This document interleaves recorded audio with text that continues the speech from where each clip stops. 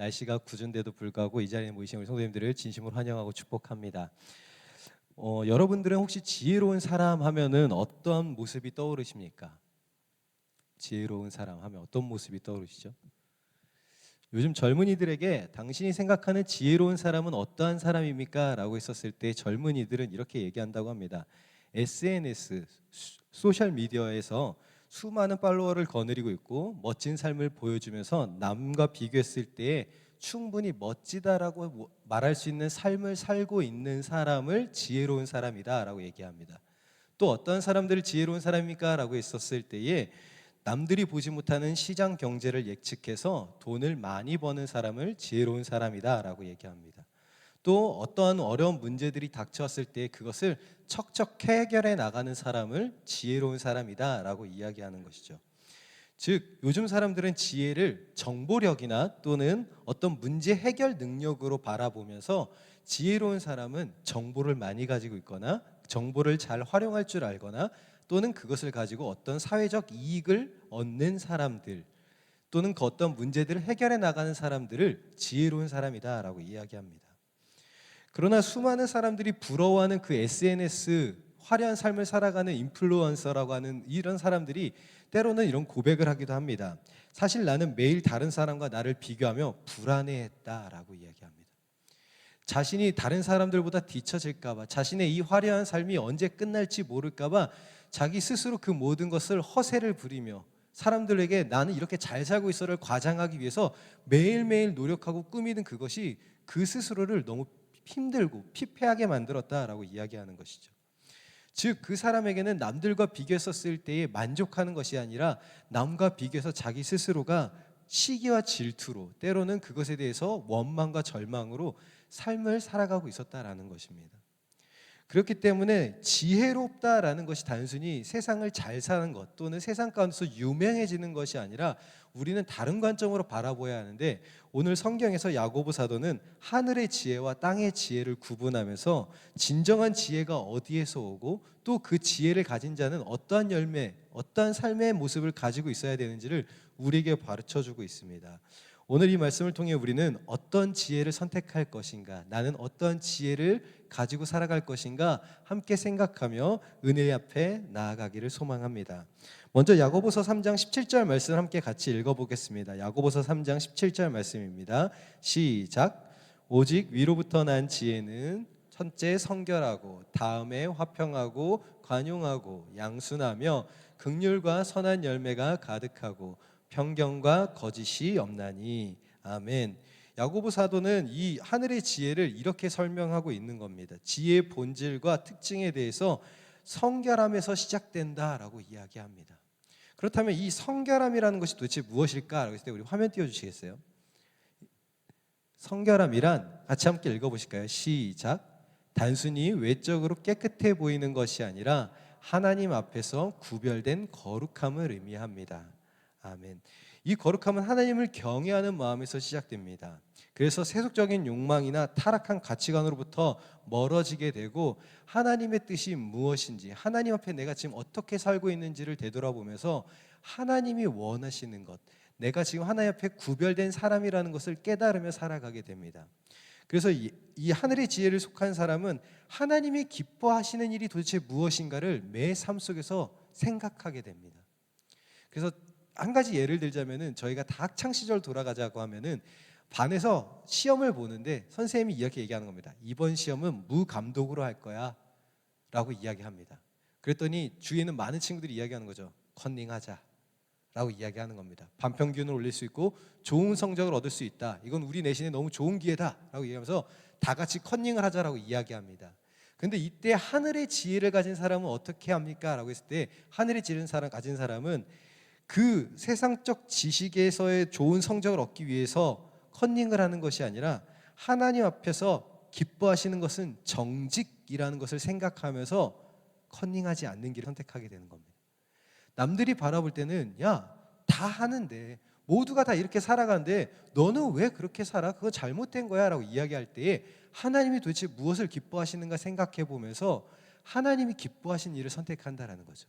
이걸 다른 것으로도 적용해 보자면 이렇게 얘기할 수도 있습니다. 요즘 많은 교단에서 이제 술을 많이 허용해 주고는 있습니다. 뭐 이제 대부분 목사님들이 술 마셔도 된다라고 얘기하는 몇몇 교단의 목사님들도 많이 계십니다.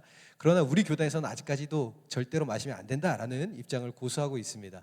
그러면은 이제 청년들이 와서 얘기하는 겁니다. 목사님, 제 친구는 다른 교회 다니는데 술 마셔도 된다고 합니다. 그러면 우리 교회는 왜 마시면 안 된다고 얘기합니까? 라고 했었을 때에 우리의 대답이 이와 같아야 됩니다. 하나님이 그것을 기뻐하시는가 생각해 볼 때에 나는 그렇지 않다라는 믿음을 가지고 있다. 그렇기 때문에 술 마시면 안 된다. 성경에서 이렇게 얘기하셨고 나는 그것을 이렇게 해석하기 때문에 마시지 않는다라고 이야기할 수 있어야 된다는 거죠. 그러나 우리는 그 안에서 하나님이 도대체 무엇을 기뻐하시는가에 대한 깊은 묵상, 또는 하나님이 지금 내 삶에서 어떤 것을 가장 원하시는 것에 대한 깊은 묵상이 없다 보니까 성결함과 거룩함을 상실해져 가고 있습니다. 내가 원하는 대로 세상의 가치와 판단을 따라서 살아가려고 합니다. 두 번째, 하늘의 지혜는 화평을 이룬다라고 말합니다. 화평은 띄워주시겠어요? 단순히 다툼이 없는 상태가 아니라 오히려 능동적으로 갈등을 해결하고 깨진 관계를 회복하며 사랑으로 사람들을 묶어주는 능력을 화평이라고 얘기할 수 있습니다. 그래서 하늘의 지혜는 내 마음의 평안뿐 아니라 공동체와 가정의 평화를 위해서도 기꺼이 적극적으로 행동하는 것을 화평을 가진 자, 하늘의 지혜를 가진 자의 모습이라고 말할 수 있습니다. 예를 들어 가정에서 부부간에 오해가 생겼을 때 두 사람 중에 하늘의 지혜를 가진 사람이 있으면 어떻게 됩니까? 라고 했을 때 그 사람은 자신의 감정을 고려하지 않고 자신의 입장을 고수하지 않고 먼저 대화를 시도하며 화해를 요청하며 화해의 손길을 내미는 자입니다. 왜냐? 옳고 그름의 문제가 아니라 이것이 하나님이 기뻐하시겠는가? 우리 가정에서 이것을 과연 하나님이 원하시겠는가를 생각해 봤을 때 자신의 감정과 자신의 생각을 내려놓는 것이죠.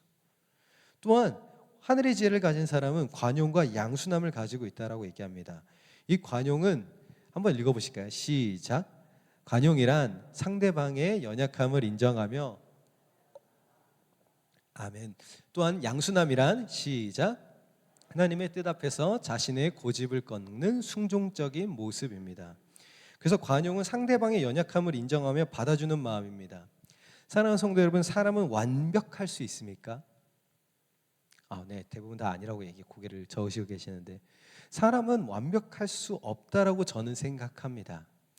그러나 이것이 단순히 사람은 완벽할 수 없으니까 모든 것에서 실수가 있어를 이야기하려고 하는 것은 아닙니다. 어떤 이야기냐? 사람은 어떠한 상황이나 문제 앞에서 자신이 경험한 체험이나 자신이 가지고 있는 지식에 따라 그 문제를 대하는 모습이 다릅니다. 그래서 우리 주위에서는 사람이 아직 경험해보지 못한 사회적 지식이나 경험들로 인하여 미성숙한 모습을 보여줄 때가 있습니다. 그때 우리에게 필요한 것이 무엇입니까? 그랬을 때 하늘의 지혜를 가진 사람으로서 관용입니다. 우리는 우리 주위에 우리보다 경험이 부족하여 실수하는 자녀들을 바라볼 때에 이렇게 보통 얘기합니다. 몇 번을 이야기하는 거야? 그만하라고 했지? 라고 이야기합니다. 근데 우리가 관용, 하늘의 지혜를 가진 부모는 어떻게 되는 거죠? 그럴 수 있어. 다음에는 다시 한번 이렇게 해보자 라고 이야기해야 되는 거죠. 그러나 우리의 마음속에서는 하늘의 지혜를 알고 있음에도 불구하고 이것이 한계가 있습니다. 안 된다라는 거죠. 또 우리 주위 안에서 사회적 유대관계를 올바르게 배우지 못해서 성격이 거친 동료들도 있을 수 있습니다. 직장 안에서. 그럼 그 사람들을 바라볼 때 어떻게 하죠? 마음이 불편한 거예요. 회사를 나갔는데 계속 그 관계를 불편하게 만드는 그 사람의 말과 행동들로 인하여 내 마음이 너무 불편한 겁니다. 또는 대화법을 잘 배우지 못하여 때론 상처 주는 말을 하는 친구들도 있을 수 있고요. 감정을 다스리는 훈련이 부족하여 감정적으로 모든 상황을 해결하려고 하는 지혜들도 있습니다. 그런 사람들이 우리 곁에 있을 때마다 우리는 인간적인 감정 안에서, 인간적인 본성 안에서는 한계가 명확합니다. 참을 수 있는 것이 정말 3번 정도, 많이 참으면 한 7번. 그 이후에는 어떻게 되는 거죠? 이제 포기하는 겁니다. 또는 화로 대우하거나 어떤 반응이 온유와 관용이 아닌 불편한 모습으로 나타나게 되는 거죠. 그래서 우리는 하늘의 지혜를 가진 사람으로서 관용의 태도가 무엇이냐라고 했었을 때에 용납과 이해의 마음입니다. 그럴 수 있어. 내가 저 나이 때는 저랬었어 라는 마음이 있어야 된다는 거죠. 우리 마음속에서 자녀들을 바라볼 때도 매우 그와 같은 상황들이 많이 발생합니다. 우리의 젊은 시절 때 봤을 때 그 혈기 넘치던 그 모습이 내 자녀에게 똑같이 나타나면은 똑같은 생각을 하게 됩니다. 나랑 똑같이 누구 닮아가지고 그렇죠. 이런 이야기를 내 마음속에서 하고 내 입 밖으로 내뱉으면서 우리 자녀들의 모습을 바라볼 때 관용하고 이해하고 용납하면은 그 자녀들이 우리와 같이 경험이 쌓이고 사회적 체험이 나아지게 되면은 그들이 성숙해져 갈 수 있는 겁니다. 그렇기 때문에 우리는 어떻게 해야 됩니까? 라고 했었을 때 하늘의 지혜를 구하면서 하나님 앞에 순종하는 모습을 갖춰가야 됩니다. 앞서 말했던 그 관용과 이해, 이 모든 것들은 하나님 앞에 순종할 때에만 가능합니다. 앞서 우리가 말씀드렸던 것처럼 사람의 한계가 명확하기 때문에 그럼 그것을 어떻게 극복할 수 있습니까? 라고 했을 때 말씀 앞에 굴복하는 겁니다. 어떤 말씀일까요? 예수님이 가르쳐주신 말씀입니다. 내 형제가 내게 잘못한 일이 있거든 몇 번 용서해야겠습니까? 라고 했을 때 몇 번을 말씀하셨죠? 70번씩 7번. 70번씩 7번. 70번을 참는 것도 어려운데 70번씩 7번을 용서해야 된다라는 것은 정말 어마어마한 참을성인 겁니다. 그 우리가 매일같이 우리 삶 속에서 우리 남편들이 또는 우리 아내들이 우리로 하여금 실수한 것에 대해서 분노를 일으켰을 때 우리는 어떻게 해야 됩니까? 즉각적으로 기도하는 겁니다. 하나님 관용의 마음을 주십시오. 하늘의 지혜를 주십시오라고 기도해야 되는 겁니다. 왜냐? 하늘의 지혜는 우리 삶 속에서 네 번째인데요. 긍휼과 선한 열매로 삶 속에서 나타나기 때문에 그렇습니다. 한번 같이 읽어보실까요? 시작. 긍휼이란 고통을 공감하며 함께 아파하는 마음. 그래서 긍휼은 단순한 감정으로 끝나는 게 아닌 실제적 행동으로 나타나 열매를 맺게 됩니다. 그래서 우리가 긍휼이라고 하는 이 마음 속에서 나아갈 때는 다른 사람에 대해서 저 사람 도대체 왜 저럴까가 아니라 그 사람이 그러한 것에 대해서 같이 아파하고 그 사람이 왜 화를 냈는지에 대해서 생각해보고 그 사람이 도대체 왜 이런 결정들을 하고 이런 말들을 했을지에 대해서 생각해보면서 그 사람이 가지고 있었던 모습들, 그 사람이 가지고 있던 상처들, 그 사람들이 가지고 있었던 그런 트라우마들을 바라보면서 그들과 공감하는 겁니다. 그렇군요. 당신이 그렇게 얘기할 수밖에 없었던 상황들이 있었군요. 당신의 삶 속에서의 하나님이 당신을 그렇게 인도하셨군요 라는 공감이 필요하다라는 것이죠. 그래서 긍휼은 어떠한 상태가 있어야 됩니까? 라면은 나보다 남을 더 먼저 생각하는 태도가 됩니다. 그래서 이러한 행동들, 삶의 열매로 나타나는 것들이 하늘의 지혜를 가진 사람으로서 마지막에 무엇을 이야기합니까? 라면은 거짓 없는 진실을 이야기합니다. 그래서 하늘의 지혜는 성결함에서 시작해서 화평, 관용, 긍휼, 진실함으로 의지하는 하나님의 성품이 우리 삶 속에서 드러나는 것을 하늘의 지혜를 가진 자라고 이야기합니다. 그런데 오늘 야고보 사도는 또다시 이야기합니다. 그러한 지혜와 정반대되는 땅의 지혜를 가진 자들이 있다라고 이야기하는 거죠. 우리 야고보서 14장 16절 말씀을 14절과 15절 16절 말씀을 같이 함께 읽도록 하겠습니다. 14절입니다. 시작. 그러나 너희 마음속에 진리를 거슬러 거짓말하지 말라. 이러한 지혜는 위로부터 내려온 것이 아니요 땅 위의 것이요 정욕의 것이요 귀신의 것이니 시기와 다툼이 있는 곳에는 혼란과 모든 악한 일이 있음이라. 아멘. 땅의 지혜는 그러면 어디서부터 시작됩니까? 라고 했었을 때 시기와 다툼에서 시작된다라고 말합니다. 이 지혜의 출발점은 언제나 자기 중심적입니다.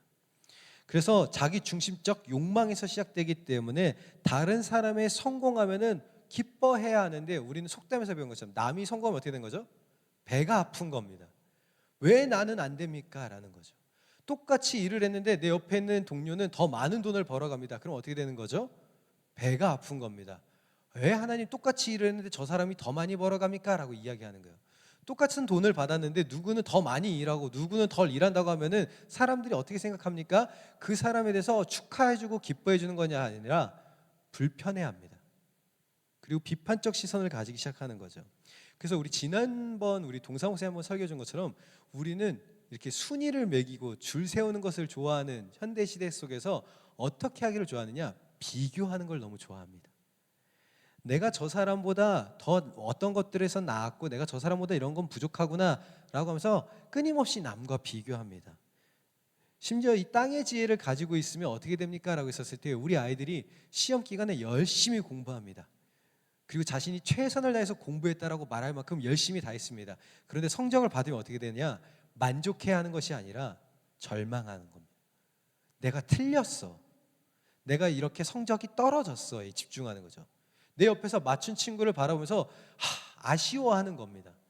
자신이 충분히 노력하였고 자신이 충분히 그 모든 일에서 열심을 다했다면은 잘했다라고 자기 스스로를 인정해주고 축하해줘야 되는데 끊임없이 남과 비교하다 보니까 만족해지지 못하는 겁니다.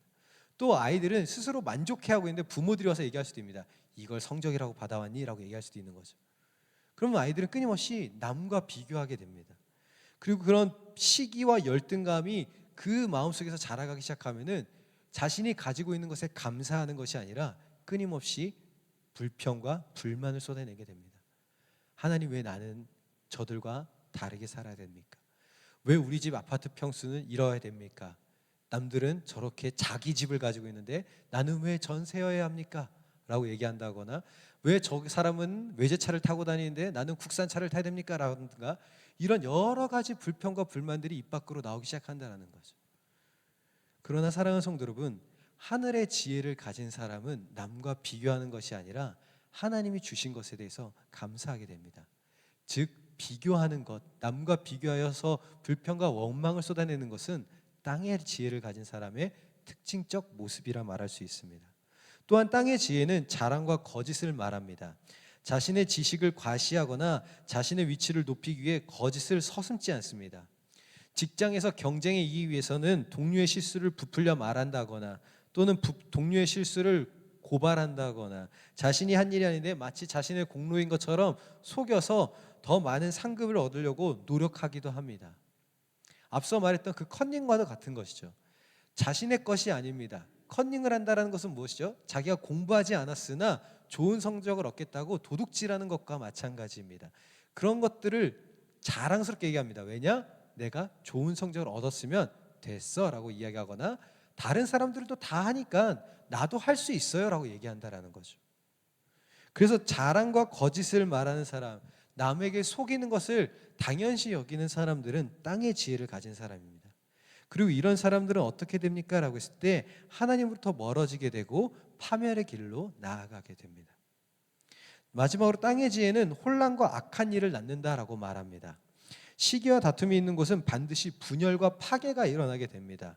가정에서 부부가 서로 비교한다 그러면 어떻게 될 것 같습니까? 여보, 옆집 남편은 설거지도 해주고 음식물 쓰레기도 버려주고 분리수거도 해주고 다 해준다고 하는데 라고 얘기하는 순간부터 어떻게 되죠? 네, 가정이 평화롭지 않습니다. 깨어지기 시작하는 거죠. 우리 안에서 남과 비교하기 시작하면은 다른 사람들은 이렇게 한다는데 당신은 왜 이럽니까? 라는 말이 나오는 순간부터 우리 안에서는 파괴가 시작되는 겁니다. 관계가 깨어지기 시작하는 것이죠. 그렇기 때문에 우리는 생각해 봐야 되는 것은 과연 하늘의 지혜를 가지고 있는가 아니면 땅의 지혜를 가지고 있는가, 우리 자신에게 바라보면서 또한 우리가 내 자신에게는 내 삶에 대해서는 하늘의 지혜를 가지고 살아갈 수 있는데 내 자녀나 또는 내 주위에 있는 다른 사람들에게는 땅의 지혜를 가진 사람처럼 대할 수도 있다는 겁니다. 교회 안에서는 하늘의 지혜를 가진 사람처럼 인자하고 자비롭고 공의로운 사람으로서 살아갈 수 있으나 교회 밖으로 나가는 순간부터는 하나님과 다른 땅의 지혜를 가진 사람처럼 나의 이득을 위해서 남을 짓밟을 수도 있는 사람이 되는 게 우리의 본성이라는 것입니다. 그래서 지혜의 근원이 어디에서 오는지 야고보 사도는 오늘 본문에서 이야기합니다. 우리 같이 함께 말씀을 같이 함께 읽기를 원합니다. 야고보서 3장 18절 말씀입니다. 함께 읽겠습니다. 시작. 화평하게 하는 자들은 화평으로 심어 의의 열매를 거두느니라. 참된 지혜의 근원은 어디서 올까? 라고 했을 때 성경은 한결같이 하나님으로부터 오는 거다라고 얘기합니다. 우리 잠언 9장 10절 말씀인데요. 한번 읽어보실까요? 시작. 여호와를 경외하는 것이 지혜의 근본이요 거룩하신 자를 아는 것이 명철이니라. 아멘. 또한 고린도전서 1장 24절 그리고 30절 말씀인데요. 함께 읽겠습니다. 시작. 오직 부르심을 받은 자들에게는 유대인이나 헬라인이나 그리스도는 하나님의 능력이요 하나님의 지혜니라. 30절입니다. 시작. 너희는 하나님으로부터 나서 그리스도 예수 안에 있고 예수는 하나님으로부터 나와서 우리에게 지혜와 의로움과 거룩함과 구원함이 되셨으니. 아멘. 성경에서는 끊임없이 지혜는 많은 경험이나 축적된 지식으로 생기는 것이 아니라 하나님을 경외하는 것, 다른 말로 하면 하나님을 아는 것에서부터 시작된다라고 얘기합니다. 또한 고린도 사도에서는 또 이 지혜가 어디로부터 나오느냐라고 했을 때 그리스도 예수로부터 나온다라고 얘기합니다. 즉 다른 말로 하면은 모든 지혜는 하나님으로부터 나옵니다. 성령의 은사들 가운데 지혜와 지식의 은사가 있는 것처럼 모든 지혜의 근원은 누구입니까? 라고 했을 때 우리는 하나님이라고 고백해야 됩니다. 제가 이 지혜에 대해서 생각할 때마다 떠오르는 분이 있습니다. 저희 어머니인데요. 저희 어머니가 초등학교 때부터 저한테 새벽마다 기도하시고 와서 머리에 손을 얹으시고 축복 기도를 하실 때마다 빼놓지 않고 하시는 말씀이 있었습니다. 하나님 우리 두진에게 지혜의 은사를 주십시오라고. 근데 제가 잘못 기도했다고 생각합니다. 지식의 은사를 달라고 하셨어야 되는데 지혜의 은사를 달라고 해서 공부와는 상관없이 정말 성경만 받습니다. 그 기도 때문에 저는 목회자가 됐다고 생각은 하긴 하는데 지혜의 은사는 무엇입니까? 라고 했었을 때 하나님을 아는 것입니다. 그 삶 속에서 하나님을 체험하고 하나님을 알게 되고 하나님의 그 크신 은혜를 깨닫게 되는 것이 지혜입니다. 그래서 지혜를 안다는 것은 단순히 지식을 축적하는 것이 아니라 하나님과의 깊은 관계 속에서 하나님이 내 삶을 통해서 어떻게 역사하시는지, 하나님이 우리와 어떤 관계를 맺고 싶어 하시는지, 하나님이 지금 내 삶에서 무엇을 선포하고 계시는지를 깨닫고 아는 것, 그래서 주의 말씀에 순종하게 되는 것, 그것이 지혜입니다. 그러므로 사랑하는 성도는 우리가 지혜하면 떠오르는 왕이 있습니다. 누구죠? 솔로몬입니다. 그러면 솔로몬이 지혜를 구했었습니까? 아니면은 지식을 구했습니까? 확실합니까? 지식을 구했습니까? 지혜를 구했습니까? 지혜를 구했습니까? 우리 말씀을 한번 볼까요? 열왕기상 4장 29절인데요. 열왕기상 4장 29절입니다. 시작. 하나님이 솔로몬에게 지혜와 총명을 심히 많이 주시고 또 넓은 마음을 주시되 바닷가에 모래같이 하시니. 자, 여기서 하나님이 솔로몬에게 뭘 주셨다고요? 지혜와 총명 둘 다 주셨습니다. 지혜와 지식을. 그래서 우리는 솔로몬이 왜 그 많은 왕들 가운데서 가장 지혜롭고 슬기로운 왕입니까? 라고 했을 때 하나님을 아는 것과 동시에 지식도 가졌기 때문에, 심지어 많이 주셨다라고 했기 때문에 똑똑할 수밖에 없는 겁니다. 우리는 이 땅 가운데서 하나님의 지혜, 하늘의 지혜를 구한다라고 했었을 때는 그 지혜가 하나님을 아는 것이라고 생각해야 될 줄 믿습니다. 하나님의 성품이 무엇인지, 하나님의 삶이 무엇인지, 하나님이 이 땅을 어떻게 다스리고 계시는지, 하나님의 말씀이 우리에게 무엇을 말씀하고 계시는지를 아는 것, 그것이 지혜, 하늘의 지혜를 가진 사람이라 말할 수 있습니다. 그러므로 사랑하는 여러분, 야고보 사도는 이 마지막으로 하늘의 지혜를 구하는 삶이 어떤 열매를 맺어야 되는지를 우리 방금 읽었던 말씀 야고보서 3장 18절 말씀에 다시 한번 이야기하는데 함께 읽겠습니다. 야고보서 3장 18절 말씀입니다. 시작. 화평하게 하는 자들은 화평으로 심어 의의 열매를 거두느니라. 아멘. 하늘의 지혜는 단순히 마음속의 깨달음에서 끝나는 것이 아니라 삶 속에서 반드시 열매로 증명됩니다. 그리고 그 열매는 화평이란 씨앗에서 시작돼서 의라는 열매로 맺어져야 합니다. 하늘의 지혜를 구하는 삶은 하루아침에 완성되는 것이 아닙니다. 우리가 내가 하나님의 지혜를 구했어, 하나님의 지혜를 받았어, 그러면 완성되어지는 것이 아니라 이 하늘의 지혜는 우리의 삶 속에서 심겨졌을 때부터 계속 자라갈 때까지 역경과 고난을 이겨내야 됩니다. 세상 속에서 땅의 지혜의 유혹을 계속 받아야 되고요. 끊임없이 비교와 경쟁이 일상된 사회 속에서 때로는 화평 대신에 다툼을 선택하는 것이 지혜롭다라고 말하는 그런 상황 속에서 내가 하나님이 원하시는 것, 하나님이 기뻐하시는 그 정직을 위하여, 그 화평을 위하여, 그 관용을 위하여 내가 기꺼이 헌신하고 내가 희생하고 포기하겠다라고 말하는 것이 하늘의 지혜를 가진 사람입니다. 그래서 그 모든 유혹 앞에서 떨쳐버리고 나아가는 것입니다. 이 화평의 씨앗을 심는 사람은 그러나 그 모든 고난의 길 끝에 무엇이 있는 것을 이해하고 나아가야 됩니까? 라고 했을 때 의의 열매가 반드시 맺혀진다는 것을 믿어야 될 줄 믿습니다. 이 길에서 우리는 하나님의 성품을 깊이 묵상해 보아야 됩니다. 하나님은 어떠한 하나님이십니까? 라고 했을 때 조급하게 열매를 맺으시길 원하시는 하나님이 아니십니다. 우리 하늘의 나라가 그 어린이집에서 방울토마토 씨를 받아가지고 왔는데 그것을 심자마자 다음 날에 물 주더니 왜 안 나? 이러더라고요. 그리고 그 다음 날에 좀 기다려야 되는데 그 다음 날 가서 또 물 주더니 왜 안 나? 계속 그렇게 하더라고요. 그리고 그게 자라갈 때까지 시간이 필요하다는 것을 어느 정도 지나고 난 다음에 자라나니까 그제서야 아는 겁니다. 아, 물을 주고 기다려야 되는구나. 마찬가지로 우리가 밭에 나가 씨를 뿌리는 농부와 같은 마음으로 하나님의 지혜를 가졌을 때에는 그 지혜가 자라갈 때까지 시간이 필요합니다. 우리가 그리스도 예수를 만나고 지금과 같은 인격적 성숙을 이룰 때까지 시간이 있었던 것처럼 우리 주위에도 예수 그리스도를 알지 못하는 자 또는 예수 그리스도를 온전히 경험하지 못한 자 또는 우리의 자녀들 가운데 하나님에 대해서 온전히 경외하는 것을 아직 깨닫지 못한 자들이 있다면 시간이 필요합니다. 하나님의 지혜가 자라서 의의 열매가 맺어질 때까지의 시간이 필요하다라는 거죠. 그런데 우리는 어떻게 되죠? 조급해집니다.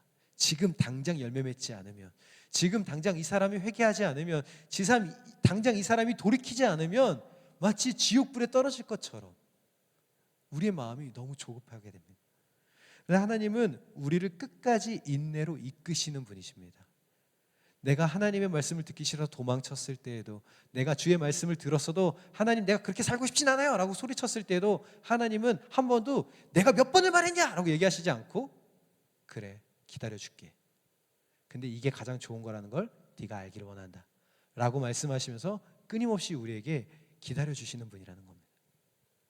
하나님은 우리에게 하늘의 지혜를 주실 때 단순히 문제 해결의 능력을 주시는 것이 아니라 당신의 그 성품을 닮아가게끔 해주시는 분이십니다. 그래서 우리가 하늘의 지혜를 구할 때는 잘 기도하셔야 됩니다. 하늘의 지혜를 구하면 하나님의 성품을 닮아가는 것을 이룰 수 있는 환경을 주시는 겁니다. 다시 말하면 하나님 내가 오늘 하늘의 지혜를 구하기를 원합니다 라고 기도하고 집에 가는 순간부터 가정 안에서는 혈기를 일으킬 만한 사건과 상황을 만들어질 수 있다는 거죠. 그럼 어떻게 해야 됩니까? 참아야 합니다. 내가 기도하였으니 내가 거두어야 하는 것이죠. 우리가 하늘의 지혜를 구하는 삶을 생각했을 때에 단순하게 목사님 그러면 난 그런 기도는 하지 않겠습니다가 아니라 이것이 우리 그리스도인에게는 반드시 이루어져야 되는 것입니다. 왜냐? 이 하늘의 지혜에 대해서 우리 성도님들이 이거 말씀을 들으시면서 깨닫게 되는 것 중에 하나가 있다면 이거 되게 성령의 9가지 열매랑 비슷한데? 라고 생각되어질 수 있을 겁니다. 맞습니다. 성령의 9가지 열매, 사랑, 기쁨, 평화, 인내, 친절, 선행, 진실, 온유, 절제, 이것들과 거의 비슷합니다. 즉 하나님의 성품과 우리의 삶은 닮아가야 됩니다. 왜냐? 하나님이 택하신 백성이고 하나님의 사랑을 깨닫고 하나님을 아는 자들이기 때문에 우리는 하나님을 닮아갈 수밖에 없는 겁니다. 그렇기 때문에 이렇게 비가 많이 내리고 정말 무더운 날씨 속에서도 예배를 사모하러 나오는 우리 마음속에는 어떤 은혜가, 기대감과 소망이 있어서 나온 겁니까? 하나님, 내가 말씀을 듣기를 원합니다. 나를 깨우쳐 주십시오. 이 자리에 목사님 저는 안 나오면은 구역원들한테 좀 창피해서 나온 겁니다 이러신 분 없으시죠? 우리가 지금 이 안에서 하나님의 지혜를 구하는 삶으로 나아갈 때에 하나님이 세우신 질서를 믿고 신뢰하셔야 될 줄 믿습니다.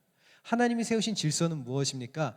이 땅 가운데서 잠깐 하늘의 지혜를 가졌을 때 너희가 환난을 당하고 역경을 당하고 때로는 사람들로부터 멸시와 조롱을 받을지라도 마침내 그 삶을 너희가 끝까지 고수하여 믿음을 지킬 때에는 그것으로 말미암아 내가 의의 열매를 맺어주겠다라는 겁니다. 그러므로 사랑하는 성도 여러분, 우리는 결단해야 됩니다.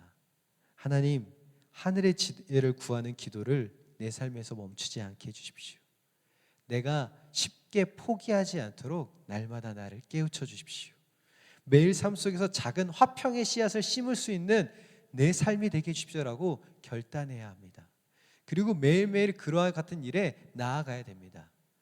연단되어져 가는 것은 한 번의 망치질로 끝나는 것이 아니라 수천 번, 수만 번의 망치질이 필요할 수도 있습니다.